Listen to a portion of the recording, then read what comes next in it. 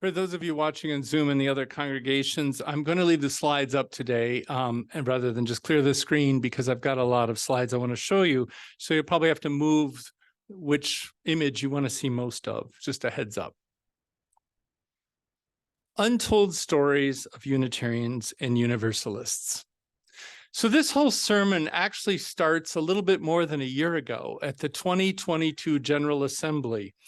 It was in Portland, but I was watching it virtually. And for those of you that are visiting, General Assembly is the annual gathering of us, usually 4,000 or so, somewhere in the country. It's kind of our legislative body, as well as a spiritual retreat, if you will.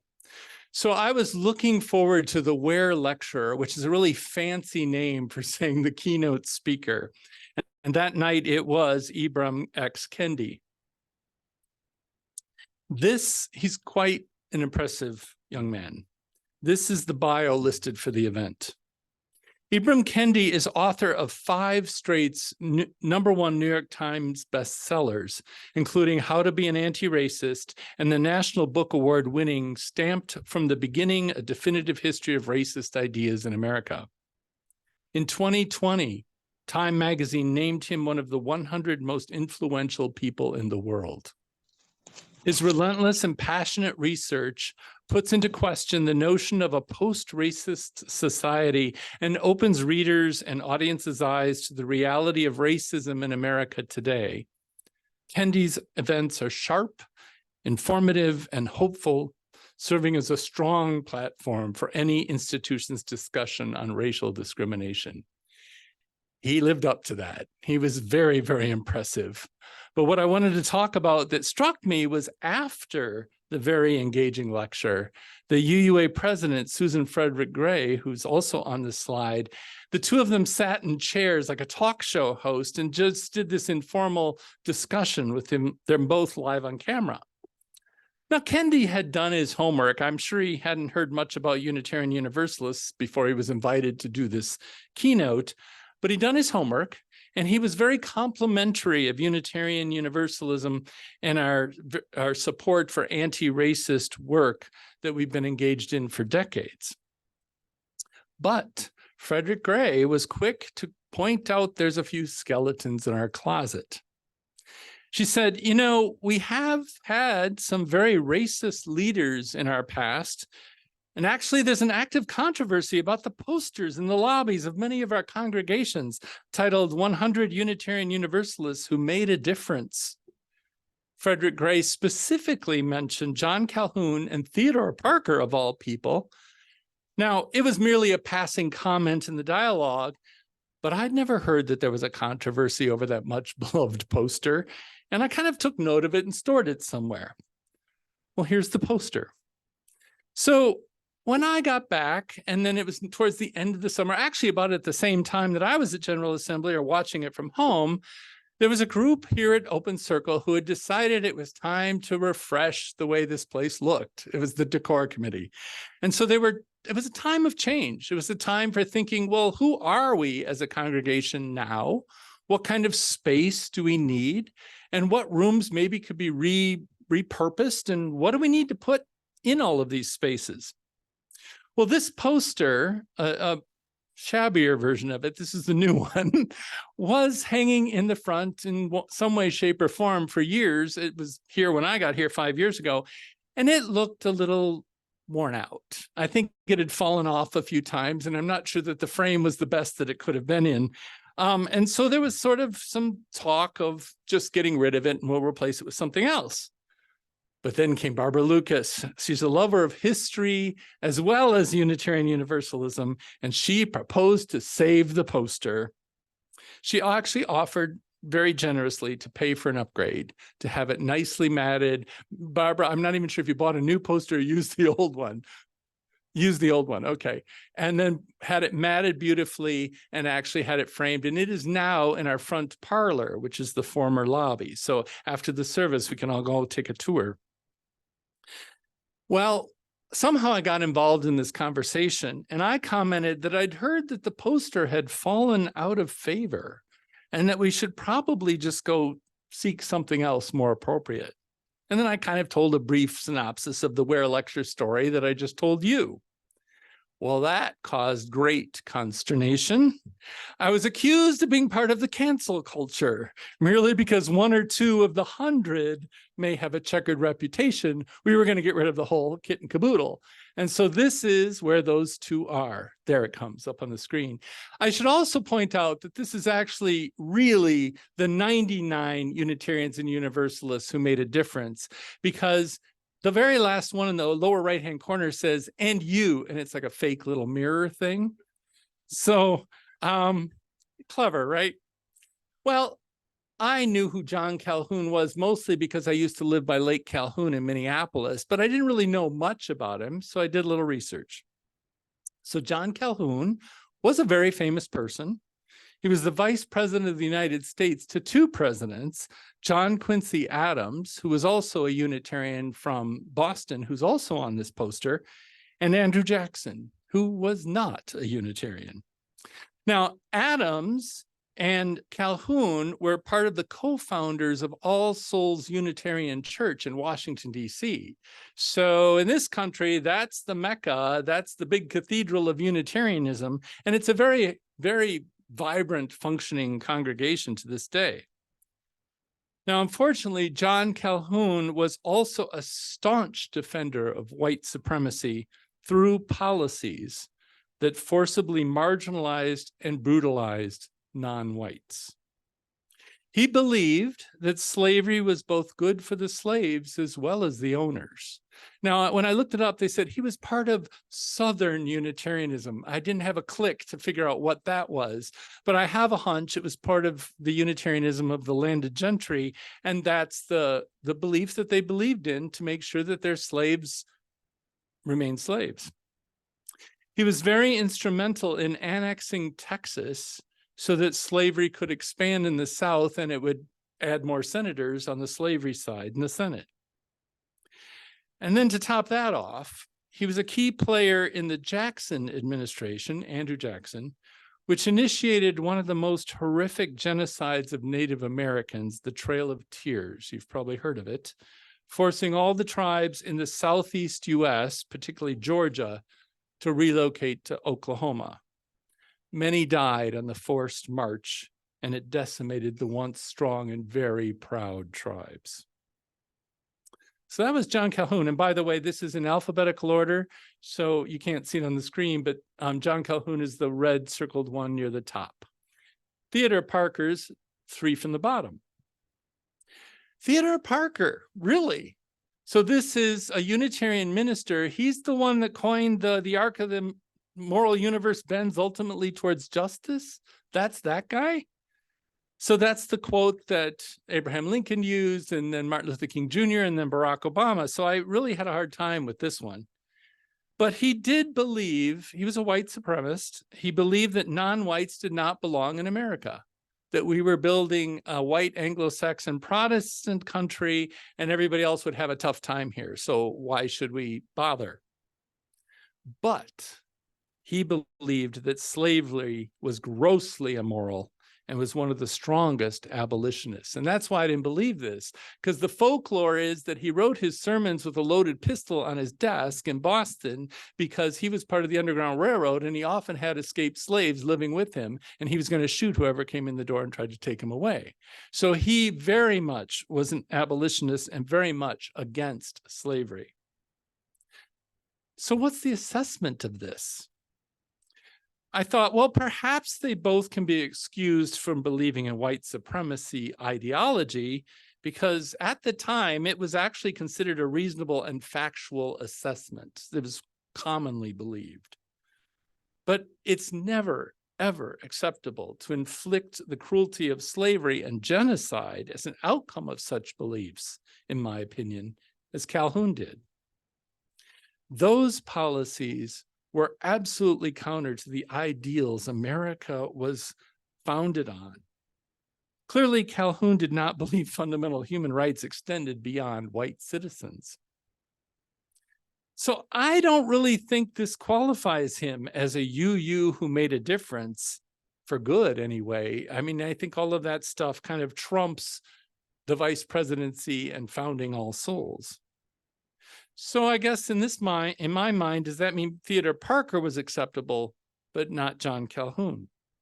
Well, getting ready for this sermon made me think even further. I started looking over who's on this poster. I've seen it a million times. So it's unscientific, my visual assessment of what ethnicity they might be, and some hasty internet research showed that 99, or really 98, if it's not really 100, of those listed on this poster are white.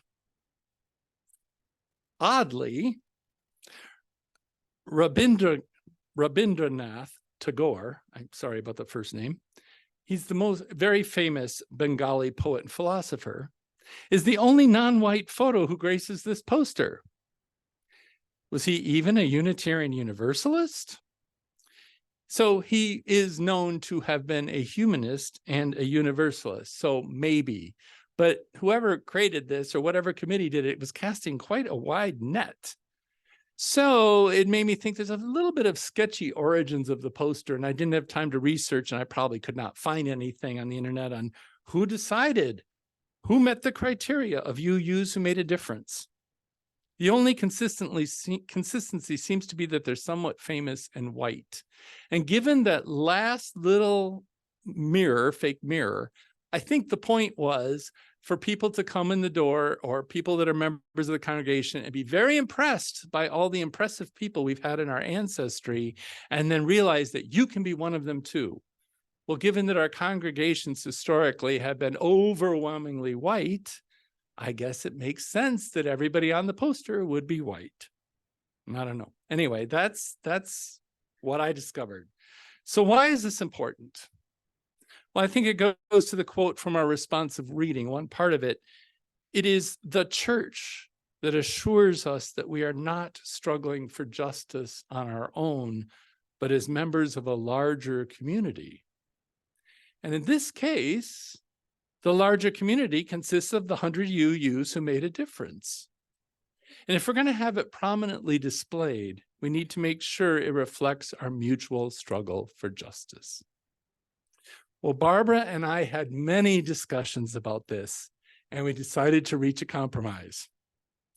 I thought, well, we could put up a disclaimer regarding John Calhoun to make sure everyone familiar with his disgraceful story would realize we do as well and don't condone it. And then I thought, we could also add to the collection. The poster is the poster, and nobody's redoing the poster that I know of. So we could add to the collection by finding suitable images of those left off the poster, and thereby start telling their untold stories.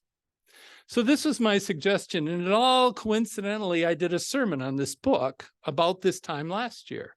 So Mark Morrison Reed was one of my professors in seminary, and he did, I think, decades of research for this book to try to uncover the stories of African-American Unitarians and Universalists whose stories just got pushed by the wayside, and the mainstream up in Boston didn't really even know them. So he published this book called Darkening the Doorways, Black Trailblazers and Missed Opportunities in Unitarian Universalism. It was a fantastic class, by the way. So what I'm going to do, and this is what Barbara and I talked about, is there are pictures. It's organized in 4 different sections. One is the Unitarians and then the Universalists. So these are all people mostly in the 19th century before the merger. And then there's other groups after the merger, but I'm focusing on just the older ones because that's sort of what the poster's about.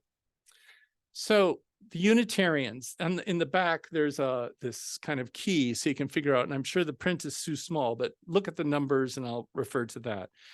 So the Unitarians, I want to talk about 3 African-American leaders who made a difference by believing strongly in the principle of caring for the marginalized through policy and societal change.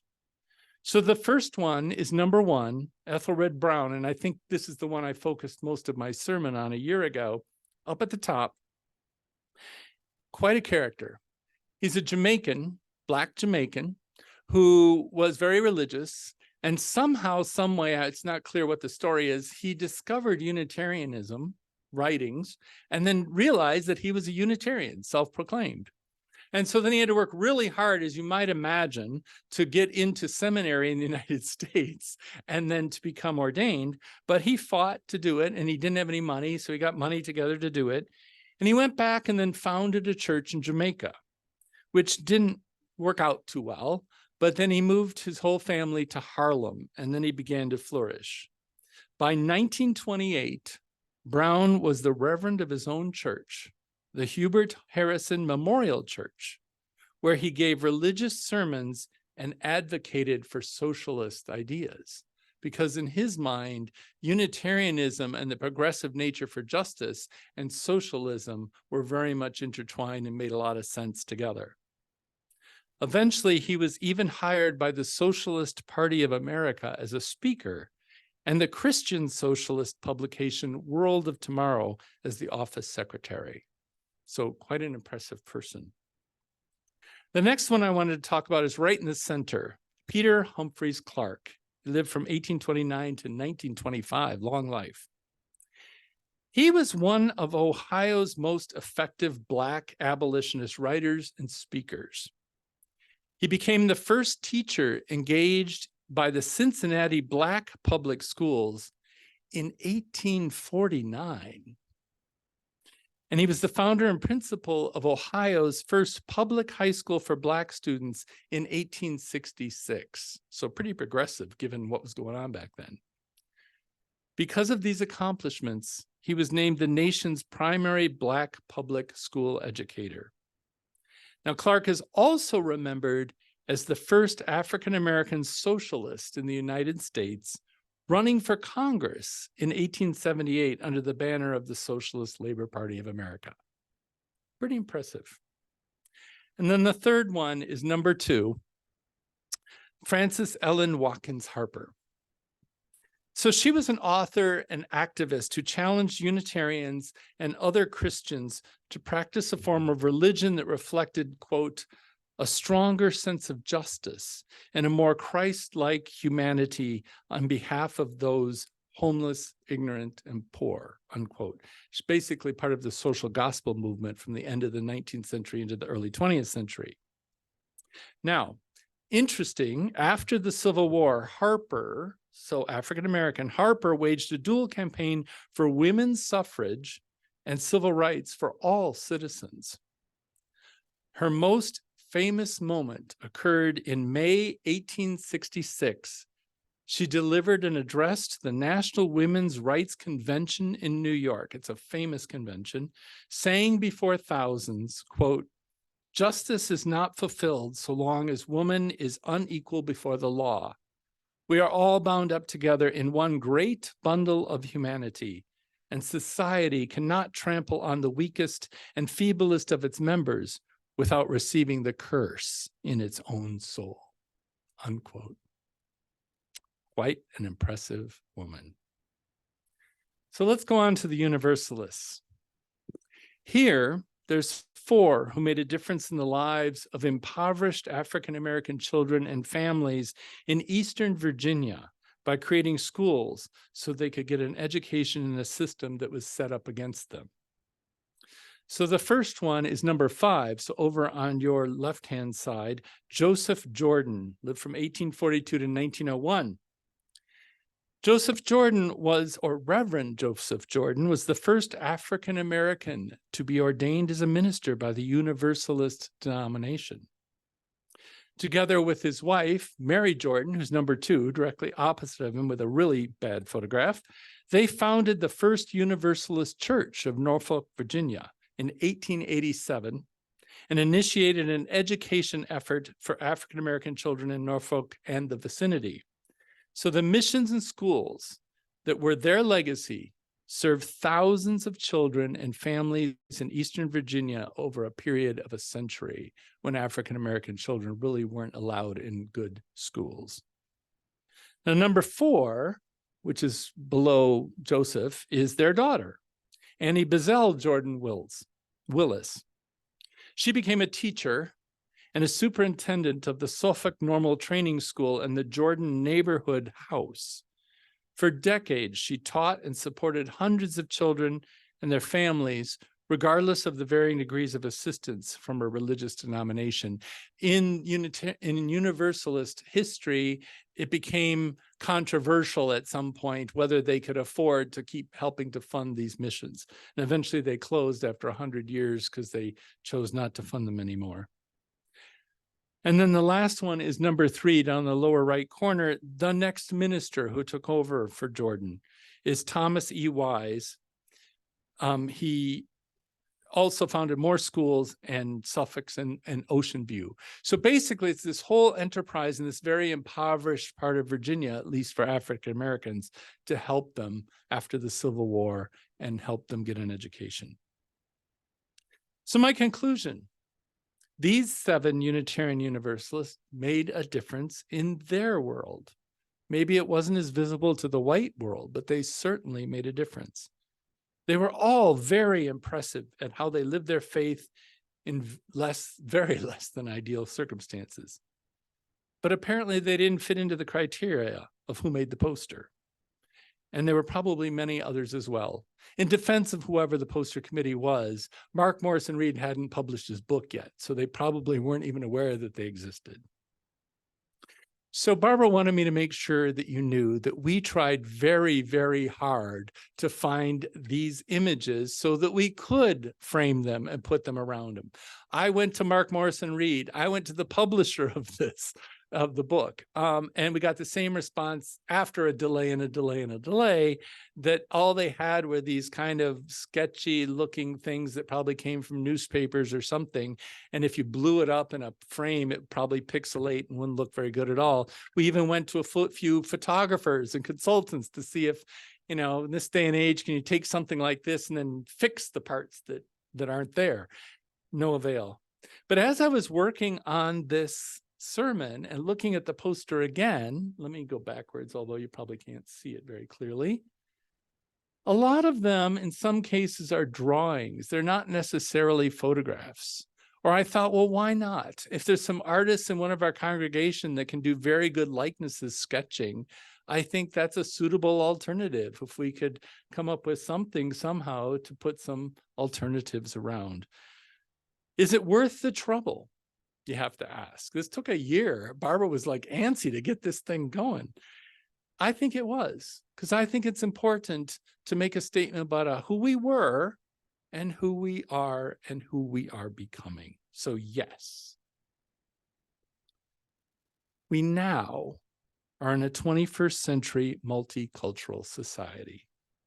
I think being forthright and honest about our ethical shortcomings, drawing the line between Calhoun versus Parker, I think it's important. As I said before, we can dismiss them as they just didn't know any better, but it doesn't mean we need to remember them in such a prominent and visible way if we don't agree with what they did. But having Calhoun on the poster of the 100 UUs who made a difference, we're saying we agree with the major and horrific difference he made in American society. I don't think we should just let that be.